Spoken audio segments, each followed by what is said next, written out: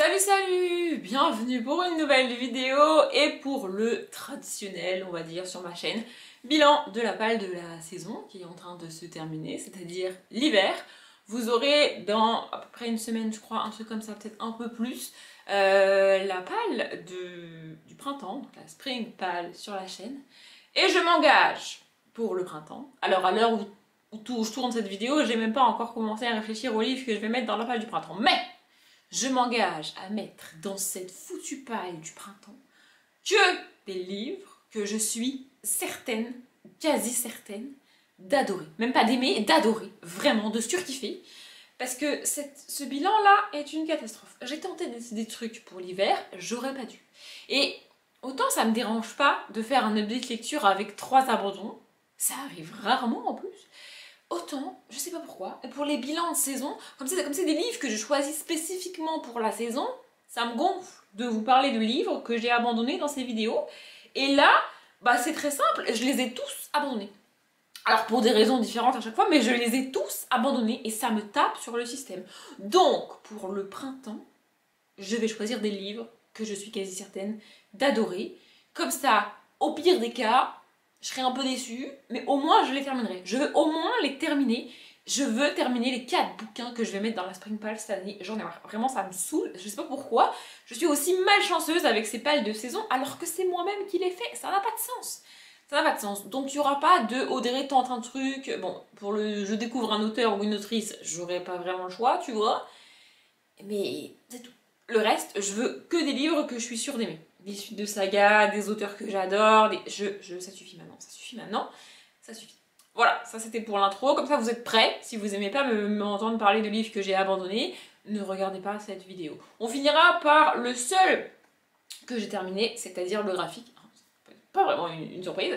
Voilà, et on va commencer par ce qui était un échec prévisible et qui a été un échec monumental. C'est parti. Et donc il s'agit de la romance de Noël que j'ai tentée cette année, donc L'hiver n'est jamais froid au café de l'amour de Julia Knoll. On notera que je suis tellement blasée que j'arrive à lire ce titre sans condescendance normalement. Non mais c'est bien, j'ai fait des progrès, j'en ai parlé en vlog, j'ai pété un câble en vlog il me semble, donc c'est pas du tout une surprise. J'aime pas les romances de Noël. Et avec ce bouquin, j'ai alléluia enfin compris pourquoi j'aime pas les romances de Noël, alors que j'adore les romances. Enfin, je veux dire, c'est quand même fou, tu vois. J'adore les romances. Je lis énormément de romances. Alors, j'abandonne quand même des romances, mais j'aime beaucoup les romances. J'en lis beaucoup et j'adore ça. Du coup, pourquoi j'aime pas les romances de Noël? C'est quand même bizarre, tu vois. Enfin, je veux dire, tu rajoutes juste de Noël à la fin, mais ça reste une romance, tu vois. Et ben, j'ai compris avec ce fucking bouquin pourquoi ça marche pas les romances de Noël avec moi. Et ça marche pas pour la simple raison que malgré leur nom, les romances de Noël sont écrits la plupart du temps comme du contemporain et pas comme une romance. C'est différent. Et là, en fait, c'est plus proche de la chick lit et donc du contemporain à mon sens que de la romance en termes de construction et de développement du personnage et surtout dans la plupart des romances de Noël, on n'a pas le point de vue du mec, en fait.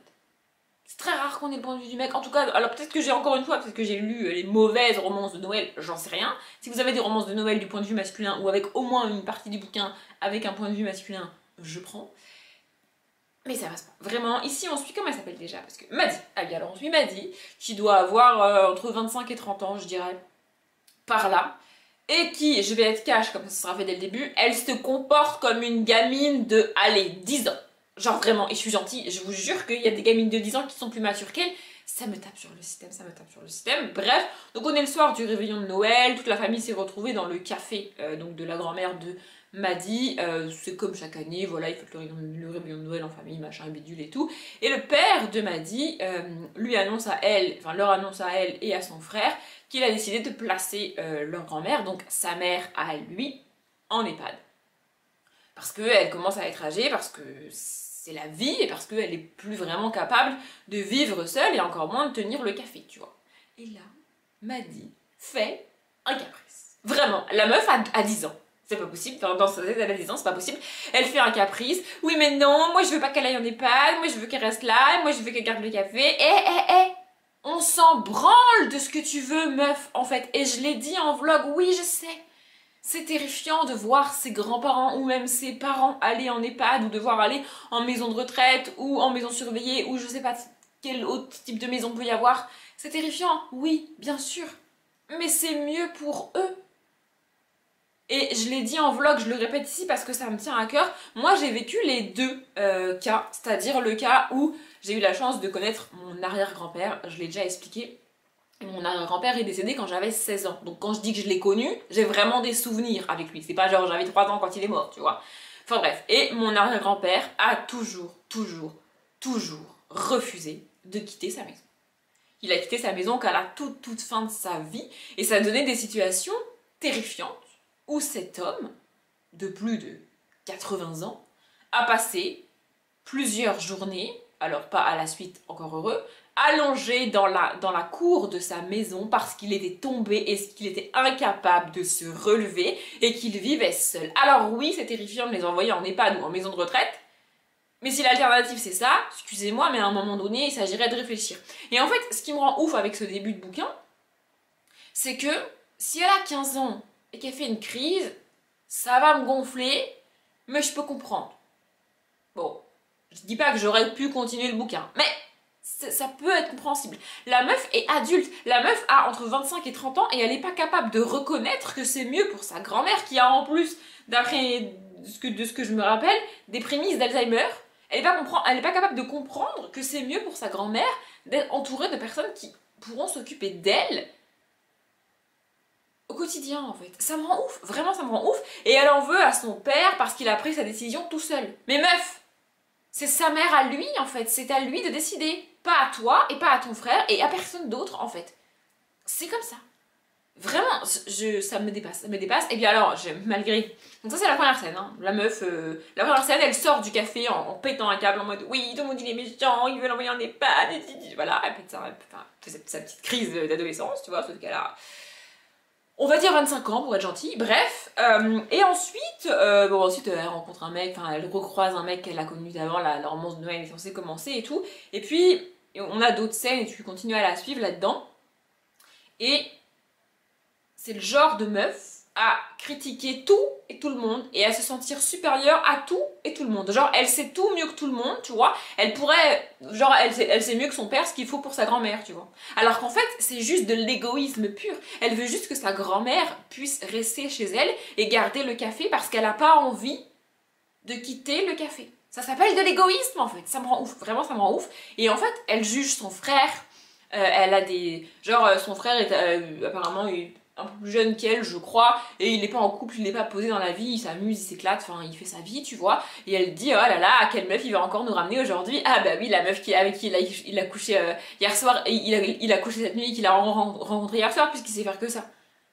Mais meuf, en fait, t'es qui pour... Ça me rend ouf, vraiment, ça me rend ouf, et ça, pour moi, c'est symptomatique de la chiclite.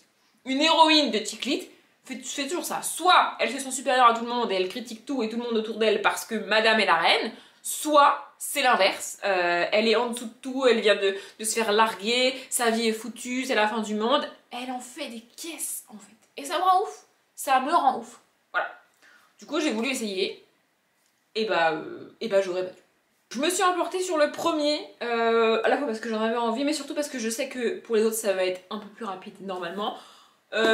Au niveau du classement, enfin de l'ordre dans lequel je vous les présente, j'ai volontairement commencé par le Julianol parce que comme ça le coup de gueule est au début de la vidéo. Comme ça c'est fait, on n'en parle plus, que j'aurais dû le mettre à la fin, je sais pas. Bref, en gros il n'y a pas vraiment de classement. Hein. Normalement je les classe dans ces vidéos là, de celui que j'ai le moins aimé à celui que j'ai le plus aimé. Quand je me retrouve avec 4 bouquins que j'ai abandonnés, c'est pas compliqué. Hein, voilà. Donc le suivant c'est Cooper Training, le tome 3, Harry. J'ai lu le tome 1, Julian, il me semble, et j'avais adoré le tome 1. Ensuite, j'ai tenté le tome 2, j'ai détesté. Non seulement les deux personnages du tome 2, mais en plus leur comportement, et en plus la manière dont c'était écrit, genre vraiment. Mais j'avais déjà acheté le tome 3, et je m'étais dit, vas-y, je vais quand même tenter le tome 3. Et en fait, j'ai commencé ce tome 3 un peu obligée.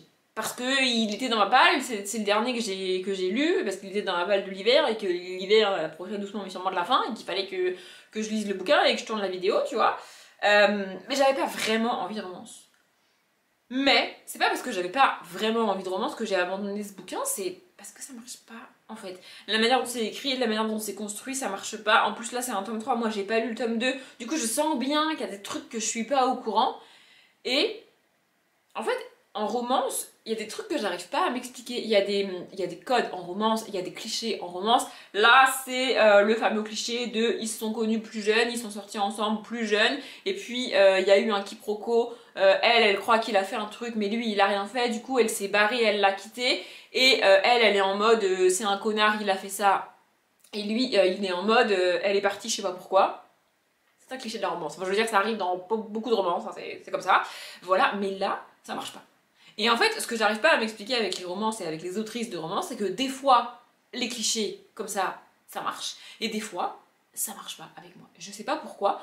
Je pense, mais je suis pas sûre, que c'est ça a un lien au personnage. Parce que du coup, des fois le cliché il marche, des fois le cliché il marche pas. Donc c'est pas la faute du cliché si ça marche pas, ou si ça marche, tu vois.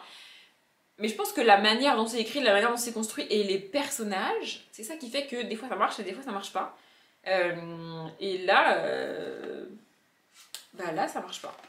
En plus de ça, et ça c'est un truc que j'aime pas dans les romans, mais parfois j'y arrive. Là en fait on a deux temporalités. On a la temporalité de 2013 il me semble, donc quand ils sont ados on va dire, et 2019. Donc 2013 ils doivent avoir 16-17 ans par là, et donc 2019 ils ont un peu plus de 20 ans tu vois. Voilà. Donc on a ces deux temporalités en parallèle, en fait que tu lis en parallèle l'une de l'autre, et j'aime pas. Moi j'arrive pas, vraiment ça me perturbe de lire ça comme ça. Les seuls cas où j'y arrive, c'est quand la deuxième temporalité arrive que de temps en temps, tous les 6, 8, 10 chapitres. Tu vois, là c'est vraiment un chapitre sur deux, et moi j'arrive pas, j'ai l'impression de lire deux histoires différentes, et ça me perturbe en fait. J'ai envie de dire à l'autrice, dis-moi d'abord tout ce qui s'est passé en 2013 et après tu commenceras à me raconter ce qui s'est passé en 2019 parce que là, j'y arrive pas. Vraiment, c'est un truc avec lequel je n'arrive pas. C'est double temporalité, moi ça me stresse en fait. J'y arrive pas, et encore une fois, il y a des gens sur qui ça marche très bien parce qu'ils ont envie de comprendre ce qui s'est passé en 2013 et donc ils vont continuer, et pour continuer bah, il faut lire ce qui s'est passé en 2019 et du coup ils aiment bien aussi ce qui se passe en 2019 et donc ils avancent ces gens. Moi j'y arrive pas. Donc j'ai abandonné. Je vous ai pas dit le Julianol combien de pages j'ai lu. Voilà, le Julianol j'ai lu 41 pages, un miracle. Et celui-là j'en ai lu 48. Parce que non seulement j'arrive pas avec la double temporalité, je matche pas vraiment avec les personnages. Vraiment. En fait j'en arrive à me demander comment j'ai pu aimer le tome 1. Vous voyez, du coup j'ai arrêté.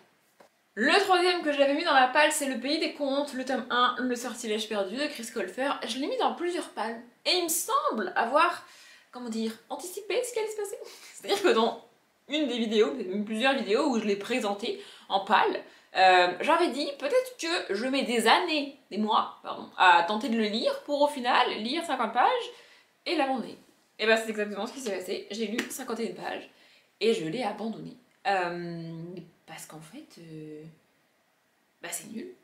Genre, vraiment. On suit deux jumeaux, donc un garçon et une fille, je sais plus comment ils s'appellent. Mais alors, ils sont extrêmement clichés.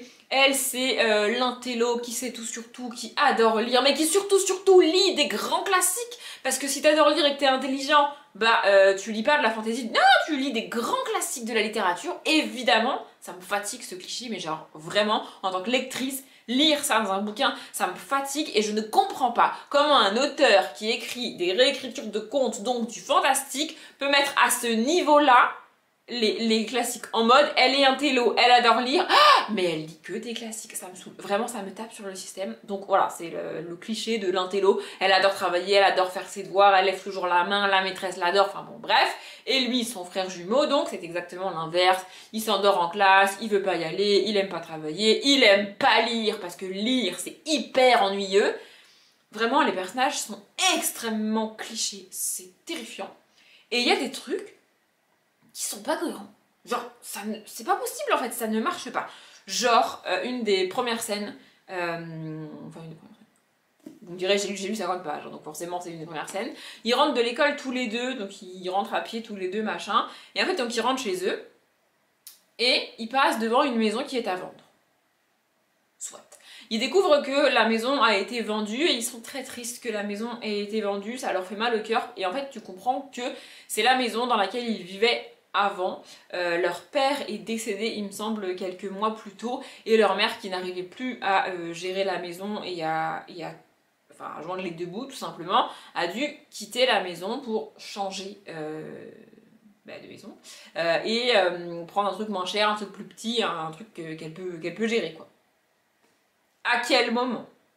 À quel moment tu déménages avant d'avoir vendu ta maison alors que tu as du mal à joindre les deux bouts? Enfin, je sais pas, hein, mais pour avoir déménagé à peu près 8 fois dans ma courte vie, hein, oui, j'ai déménagé pas moins de 8 fois dans ma courte vie, jamais, et je dis bien jamais, on a quitté une maison pas vendue pour emménager dans une autre, qu'on l'ait achetée ou qu'on l'ait louée, en fait. Ben non, ça ne marche pas comme ça, tu fais pas ça. Alors peut-être qu'aux États-Unis, en Angleterre, ou je sais pas où, ça marche comme ça, mais c'est totalement incohérent de changer de maison parce que tu n'arrives pas à joindre les deux bouts et de le faire avant d'avoir vendu la maison dans laquelle tu vis. Ça n'a aucun sens. Je suis désolée, mais ça n'a aucun sens. Et il y a plein de petits trucs comme ça que j'ai trouvé totalement incohérents au début de ce bouquin. Vraiment, ça marche pas, ça coince. Et puis alors ça, plus vraiment les clichés des deux personnages principaux sur lesquels on insiste bien. En fait, quand les auteurs font ça, quand les autrices font ça, j'ai l'impression, littéralement, de les voir avec un marteau à la main pour me faire rentrer dans la tête ce qu'ils veulent me dire. Ça va, c'est bon, je suis pas débile, en fait. Vraiment, ça m'agace. Et alors, encore plus en jeunesse, je suis là, mais putain, mais arrête de prendre les enfants pour des cons, en fait. Je sais pas à partir de quel âge tu peux lire ce bouquin, mais arrête de prendre les enfants pour des débiles, en fait. Ils ont pas besoin que tu leur répètes 56 fois les trucs. Ils sont pas cons, ces gars. Enfin, vraiment, ça me rend ouf. Ça me rend ouf. Donc, très déçue. Et le dernier bouquin, avant de passer au graphique, lui aussi, je suis très très déçue. C'est La petite boutique au poison de Sarah Penner. Je vous ai pas dit, il me semble que celui-là, c'était le Young Adult Jeunesse pour la saison, parce que c'est le genre de l'hiver que j'ai choisi. Enfin, pour l'hiver que j'ai choisi. Le Pays des Contes, c'était le tome 1, parce que les saisons. En fait, pour toutes les saisons, je mets un livre d'un auteur ou d'une autrice que j'ai jamais lu, un tome 1 de saga, d'auteurs que je connais ou pas, ou d'autrices que je connais ou pas, une suite de saga, et j'ai choisi après un genre par saison, et donc pour l'hiver, c'est le jeunesse young adulte. Donc Christopher, c'était le tome 1, Maloria Cassis, je sais pas si j'ai dit que Cooper Training, c'était de Maloria Cassis. Voilà, comme ça c'est dit. C'était la suite de saga, et donc du coup, le Julia Doll, c'était le roman d'une autrice ou d'un auteur que j'avais jamais lu. Bref, en fait, ici, je m'attendais vraiment à du fantastique. Je m'attendais à être dans cette petite boutique avec cette femme. En fait, le pitch que j'avais compris, c'est qu'on allait suivre une femme qui a ouvert une boutique au poison. C'est un peu le cliché de la sorcière dans les années 1800 et je sais pas combien là, tu vois. Et en fait, elle, au lieu de donner des trucs pour soigner, des potions pour soigner et des traitements avec des herbes et tout, elle s'est spécialisée dans les poisons. Et donc, quand tu la contactes, tu demandes un poison pour buter quelqu'un que tu connais, ton mari, ta fille, ton fils, ton copain, enfin j'en sais rien, qui tu veux, tu vois. Et puis elle te donne le poison, elle t'explique comment t'en servir, et ensuite tu butes la personne que tu veux buter. Ça avait l'air trop cool, tu vois. Et en fait, il y a déjà, premièrement, 2 temporalités. Donc, pas mon truc. Pardon, je viens de m'étouffer. Je disais donc, on est d'un côté en 1791 avec cette femme qui tient cette petite boutique au poison, et donc tu comprends effectivement que ça marche comme je l'ai dit, tu vois. Et de l'autre côté, on est en je sais pas quelle année, mais on est en 2000 et quelques, c'est sûr, avec une femme qui est à Londres. Alors déjà, le postulat de départ sympathique, mais bon, bref, elle est à Londres toute seule. Elle avait prévu ce voyage-là avec son mari pour leur anniversaire de mariage, je sais pas quoi, mais elle a découvert que il la trompait. Bref, et donc elle est partie toute seule et elle va à Londres. Et donc en fait, cette partie-là, c'est du contemporain. Et moi, c'est pas du tout ce que je voulais en commençant ce bouquin, tu vois.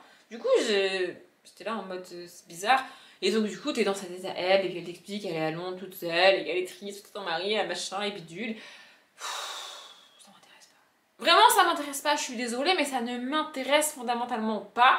Et donc elle va rejoindre un espèce d'association groupe qui se balade dans la ville et qui fait des espèces de mini-enquêtes. Je n'ai pas très bien compris le délire, mais je vous avoue que j'ai pas été beaucoup plus loin. Et en fait, alors premièrement, ce principe d'alternance de temps, je n'y arrive Vraiment pas. Ça me bloque dans ma lecture, j'y arrive pas. C'est un truc avec lequel ça ne marche pas pour moi. Quand c'est un chapitre sur deux, ça ne va pas. Mon cerveau n'a pas le temps de passer d'une histoire à l'autre. Et c'est extrêmement bizarre parce que je suis pourtant capable de lire 2 à 3 livres en parallèle les uns des autres. Mais quand je lis les livres en parallèle les uns des autres, là par exemple en ce moment, pour vous donner un ordre d'idée, à l'heure où je tourne cette vidéo, je suis en train de lire Harold et les dragons, le tome 6, et en parallèle de La roue du temps, plus un autre roman contemporain, je sais plus le titre d'ici. J'arrive à lire ces 3 livres en parallèle les uns des autres tous les jours. Ça va, tu vois. Mais en fait, c'est moi qui décide quand est-ce que je passe d'une histoire à l'autre. Vous voyez? C'est mon cerveau lui-même qui dit ok, on va changer. Alors que là, le chapitre se termine et boum, il faut que mon cerveau il se remette dans l'autre histoire. Et il a pas envie de faire ça. Ouais, mon cerveau il est feignant en fait, j'ai pas envie de faire ça, je veux pas, ça me saoule. Vraiment, et puis alors, je m'attendais vraiment à une histoire pure fantastique, tu vois. Avec ses poisons et cette petite femme qui prépare ses potions et les gens. Et ça avait l'air trop cool, les gens qui butent des gens, c'est trop fun, tu vois. Enfin, proportion gardée, on est dans la fiction, tu vois. Mais ça avait l'air trop cool et je me retrouve avec la moitié du bouquin en contemporain avec une femme à Londres déprimée parce qu'elles sont... Ah, c'est bon. C'est pas ce que je voulais en fait, c'est pas ce que je voulais. Et du coup, j'ai pas réussi à me mettre dedans. Et puis alors, encore une fois, en fait, switcher d'une histoire à l'autre toutes les 8-10 pages, moi j'y arrive pas. C'est pas possible, je n'y arrive pas. Je vérifie, mais oui, c'est ça, les chapitres sont pas très très longs. Après, j'aime pas les chapitres longs, mais enfin, ça n'a pas marché quoi.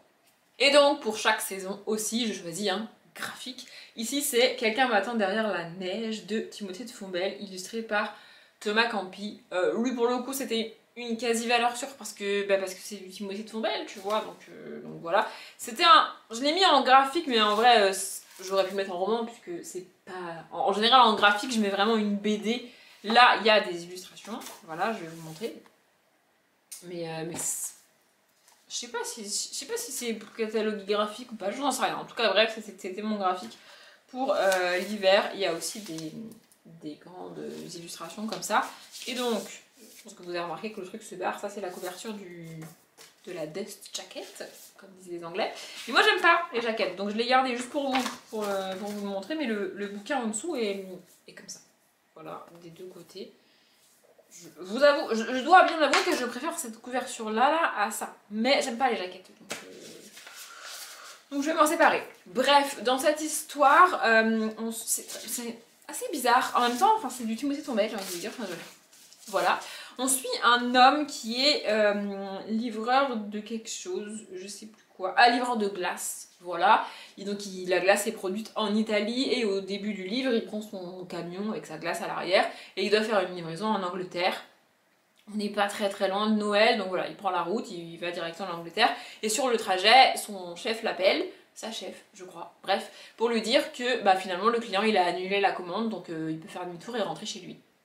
Et donc voilà, il fait demi-tour et il rentre chez lui. Je viens de vous résumer l'histoire là, vraiment, c'est ce qui se passe dans le bouquin, mais c'est du Timothée de Fombelle. Il y a déjà l'écriture qui est vraiment vraiment belle et il y a aussi toute une réflexion derrière, c'est presque philosophique, je le dis à chaque fois, mais Timothée de Fombelle a cette capacité, contrairement à Chris Colfer, d'écrire des... ça c'est gratuit, oui je sais, d'écrire des livres pour enfants avec une réflexion philosophique. En fait, il y a toujours une double lecture, tu vois. Je suis pas à 100% convaincue que tous les enfants qui liront ce bouquin comprendront le message philosophique de Timothée de Fombelle, mais c'est possible. Mais il y en a un, il y en a toujours un, et en fait, même si tu lis le bouquin sans comprendre ce message philosophique de Timothée de Fombelle, tu passes un bon moment et ça reste une belle histoire et t'as une belle morale à la fin quand même. Et en fait, c'est aussi pour ça que ça me rend hystérique de voir des auteurs comme Chris Colfer prendre leur putain de marteau là pour taper sur la tête des gamins et être sûr que ce qu'il veut faire comprendre, ça va rentrer dedans. Il n'y a pas besoin. Enfin, je veux dire, rencontre Timothée de Fombelle et demande-lui comment il fait parce que vraiment, il n'y a pas besoin. Voilà. J'adore Timothée de Fombelle. Et j'arrive pas à expliquer. En fait, j'arrive pas à vous trouver des arguments pour vous convaincre de lire Timothée de Fombelle. Il faut juste que vous lisiez Timothée de Fombelle au moins une fois dans votre vie. Et là, vous comprendrez et logiquement, vous aurez par vous-même envie de découvrir autre chose de l'auteur. Je me suis pas mal emportée dans cette vidéo et elle est finalement beaucoup plus longue que prévu, je vais pas vous mentir. Mais bon, c'est pas grave, au moins c'est fait, et le fait de centraliser les abandons en une vidéo, ça fait qu'après on a des belles lectures avec moins d'abandons. Non mais j'essaie de trouver du positif à cet échec monumental de cette Winterpale, parce que ça me déprime en fait.